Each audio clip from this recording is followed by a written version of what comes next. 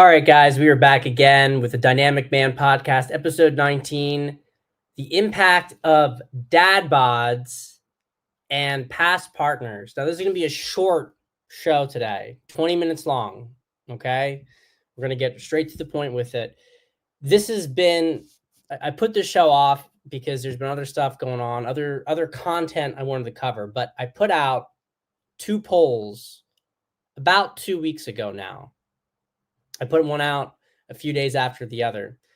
And I thought, and I didn't talk about it a lot on Twitter, but I put the polls out there for a reason. I thought that the material was really important, really interesting.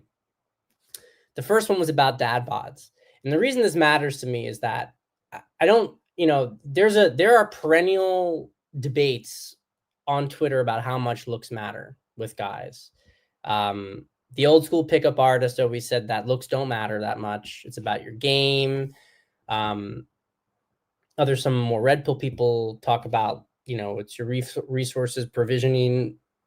I mean, they slot you maybe a little bit more beta for that. But if you get into real evolutionary psychology arguments, people are usually talking about the fact that guys are selected based on the resources they have and women are selected based on the sex they give. So it's sex for resources. That's always been the old exchange. But there's also been people who've been talking about looks. Do looks matter? How much do looks matter with women? And, if you guys have read my book, The 3 Pillars of Attraction, which you guys get for free when you sub to my list, patstedman.com/sign up. I talk about the 3 pillars of attraction, the things that basically determine this is how attraction works, right? You have pre-selection, persona, personality on one axis, and you have desire, comfort on the other. And how I put looks in the pre-selection portion of things, because they're like a passive value indicator that women are drawn to you because of how you look off the bat. And so it mostly functions in that capacity, whereas persona is more your game. But looks play a really important role going on forward in relationships too. The question is just how much does it matter? Now, there's a graph. I have not seen it in a while. I remember seeing it on X. I know it's not very helpful for you guys, but it basically shows that, without surprise, right? When people are really fat, when a guy's really fat, and to some extent when he's very skinny, he's not considered to be attractive. But I noticed that there's that even though on this graph, even though there were changes between different body fat percentages, it almost didn't seem like things made much of an impact until the person was really fat or really unmuscular, right? So I wanted to test this out with a poll. So this is the poll I made. I polled men and women with it.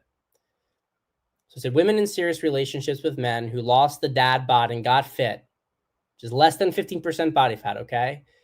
While having, of course, some decent muscle. How much did your sexual desire for your man change?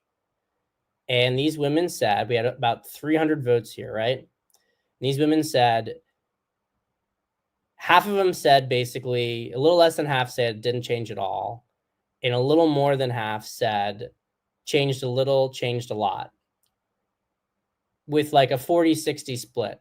So basically, if we're saying here, okay, how do I do these numbers? It's a good way for me to split this up. So let's say 45% of women said didn't change at all. And then 15% of women said changed a little. And then, I don't know, kind of fucking this up. You get what I'm saying here. Look at the number. Don't worry about my math here.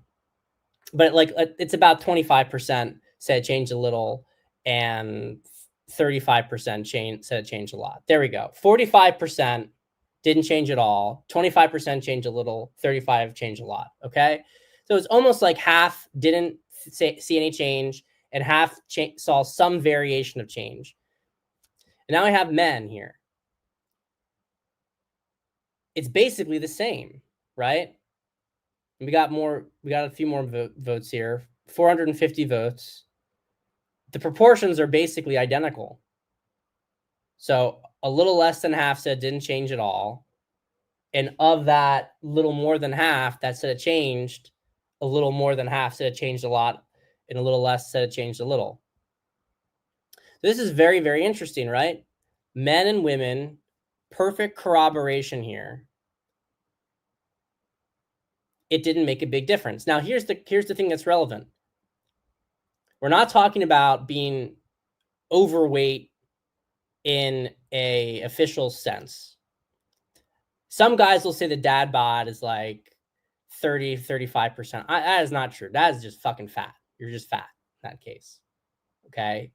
Dad bod is, when you're wearing a shirt, people are not noticing that you're fat. But when you take off the shirt, they can see that maybe they can't see your abs definition. They can see you got a little flap. That is dad bod. Okay. And technically, it's going to be between, like, let's say, 16, 15%, 25%, less than 25%, right? If you're more than 25% body fat, then you're fat. You're not dad bod anymore. Okay. We know that if you are overweight, it's affecting your attractiveness. The question is there a big difference between athletic and dad bod? Honestly, guys, it doesn't really seem like the difference is substantial, because only in like a quarter of circumstances is it going to make an actual major improvement on your sex life. Now, it doesn't mean that you shouldn't do it. But what it does mean is that if you're in a relationship and there's issues sexually speaking,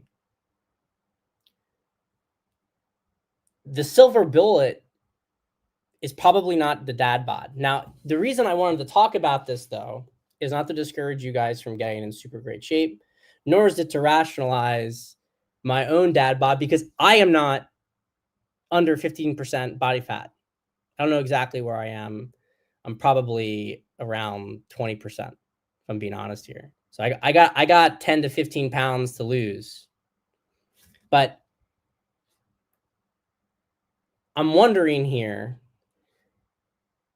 why this is the case. What is the variable that could be creating this situation? What I think it is that it depends on the problem in the relationship. So if you guys know, I've talked a lot about what creates sexual issues in relationships.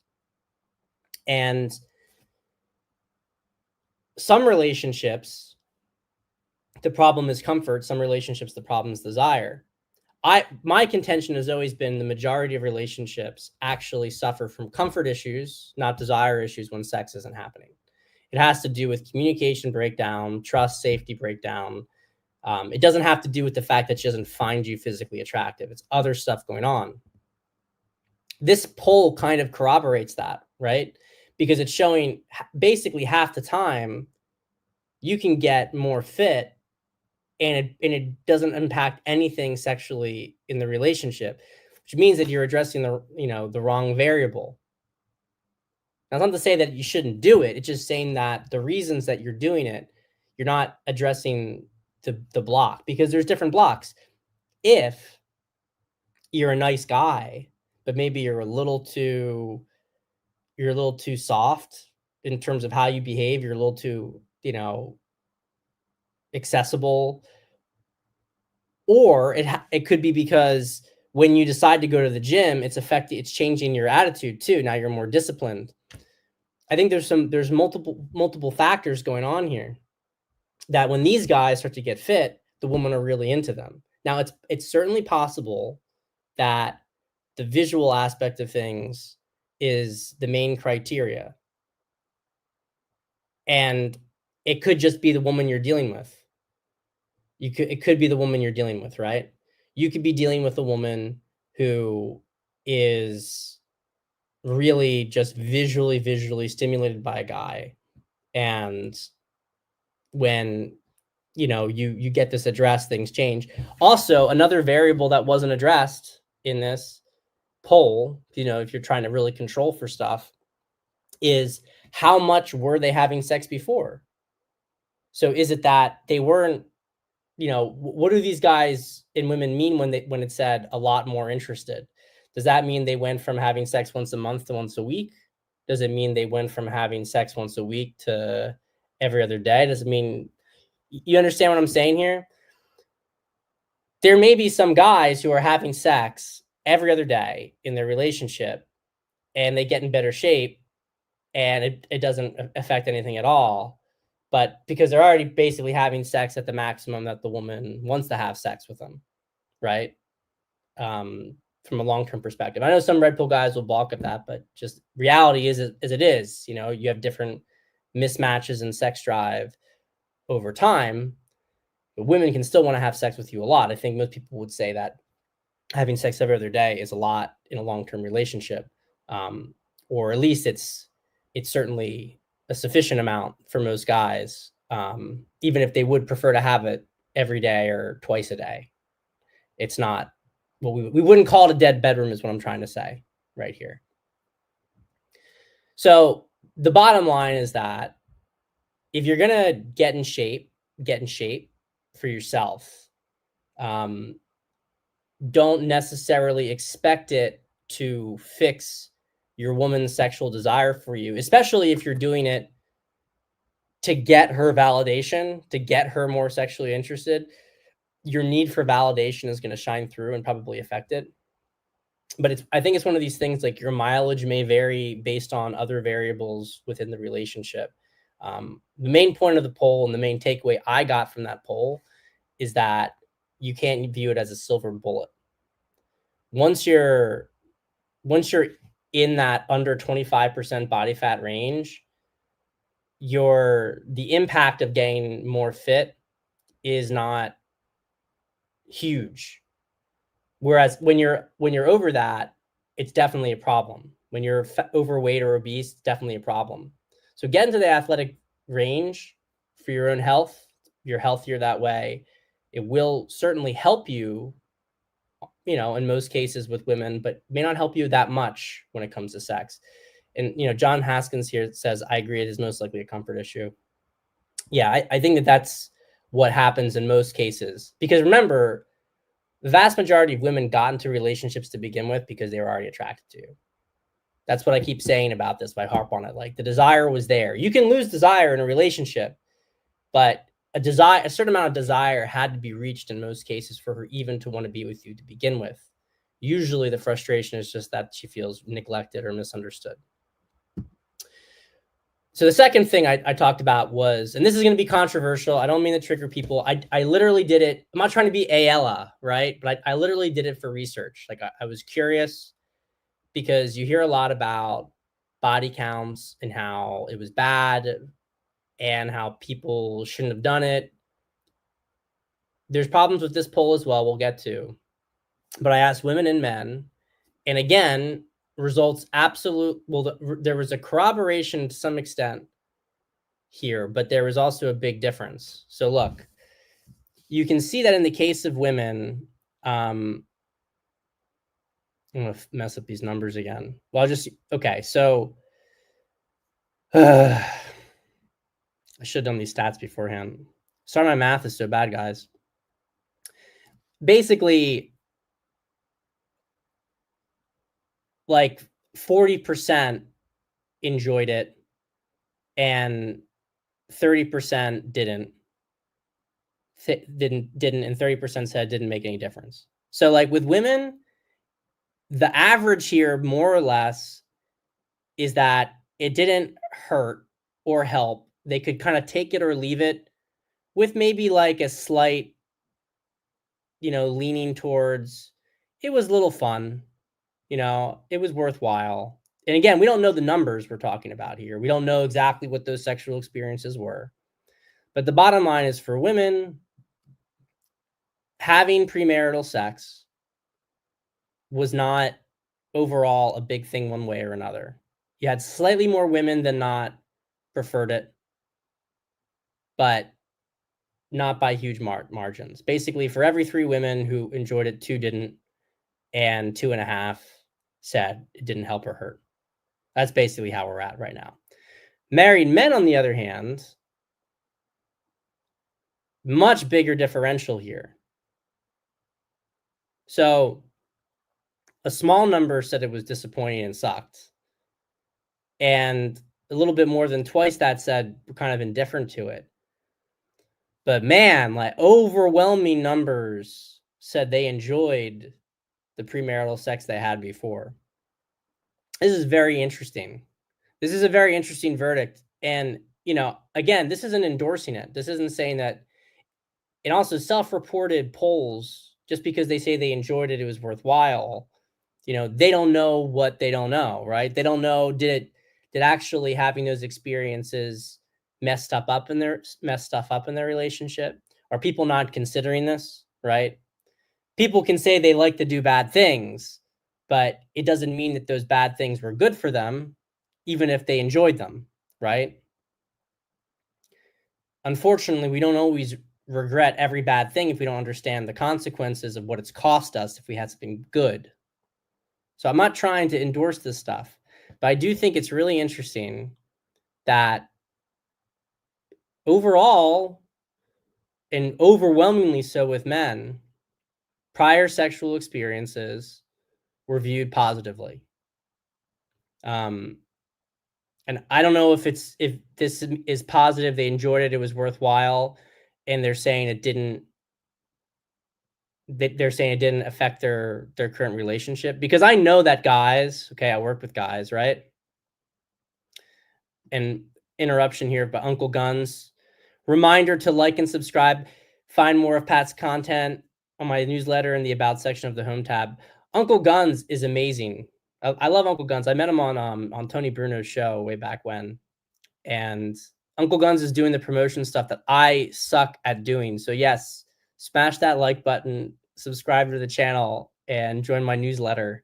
And it is all in the description on my YouTube channel, and also on my Twitter page. But I think that this is, I've worked with enough guys to know that past experiences with women, like if they had really good sex with an ex, that it can affect their relationship with a woman, because it's not as exciting, right? And so they're kind of haunted by those past experiences. Interesting that women don't say quite the same to the same extent. So I think a lot of stereotypes in this poll were reinforced, that guys enjoy some hooking up, and don't think it affects things too much.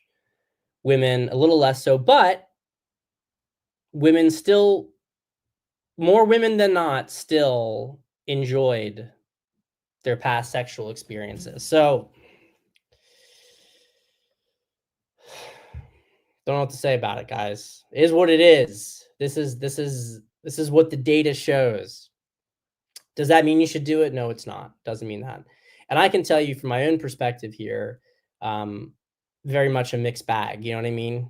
Very much a mixed bag. And I think there are some, I could find things in all three of these categories, right? For myself, just depending on it. And I think a lot of guys, a lot of women would fall into the same category. So anyway, that's the day today. And thank you, Guns. Thank you, Guns. So we will see you on the next show. There's a lot of stuff that was going on Twitter end of last week. So next Day in Relationship podcast is going to be a longer one, and we're going to go into some real meat and content on that one. I will see you next time on the Dynamic Man podcast. Cheers, guys. Cheers.